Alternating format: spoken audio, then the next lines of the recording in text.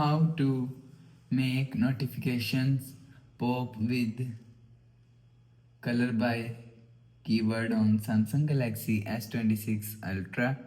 So let's start the video. First of all, go to app library. Now here, so click on settings app. Now in setting, scroll down and click on notifications. So you will see notifications is here, so click on notifications. Now here, so click on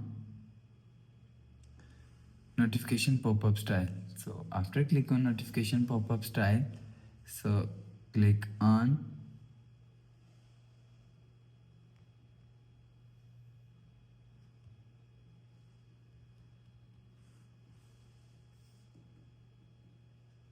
so after click on notification pop-up style, now here showing you color by keyword.